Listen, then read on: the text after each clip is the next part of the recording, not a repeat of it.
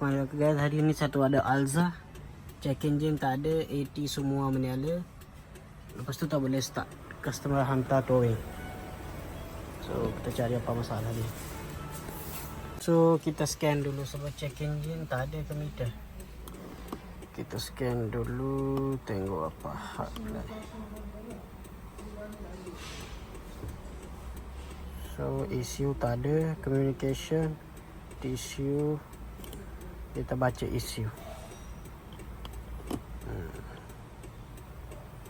Code dia communication error with EFI. Maksudnya issue dah rosak dah. Issue tak boleh communication. Kita cari issue lain, lepas tu tengok macam mana. Check sini dia fuse terbakar. Itu EFI fuse. Kita pasang. Okey, check engine dah ada. Check engine dah ada, ini kuning. So bila saya start, dia terus terbakar fuse. Okey. So sekarang ni kita start dia. Dah terbakar dah. Dah langsung dah tak ada. Fuse pun terbakar. Lampu semua tak ada. Setelah dah tak ada lampu semua, fuse terbakar ni. Nampak EFI fuse terbakar lagi. Kita tengok dia punya issue short ke dia punya fuel pump short. Dia adanya ni issue punya ignition fuse terbakar. Lepas tu sekali dia punya kita nak start tu 20 punya ni pun dah terbakar dah. Kita cari mana shortage. Kita pasang balik fuse baru. Lepas tu dah ada lampu sekarang tengok. Tapi check engine dah tak ada. Okey. Cari apa masalah dia. So guys, saya ada jumpa ni. Dia nampak dah ni wire. Ini wiring issue ni. Soket issue. Semua terbakar ni, nampak. Soket ni nampak tak semua.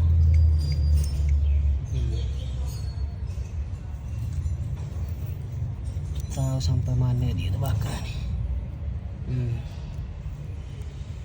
Apa barang short belum dapat lagi, issue ke fuel pump. Okay guys, ada jumpa, tak tahulah siapa buat. Tapi dia punya TCU wiring tu dia ada buka, lepas tu sambung tu. Tu nampak tak? Dia ada sambung wire tu. Rasa wire tu lah yang short kot. Lepas tu dia sampai ke sini ni. Dah lah. Ini ada wiring dia buat ni. Tak tahu siapa lah tu. Tu dalam. Dia wiring, lepas tu dia tarik sampai sini.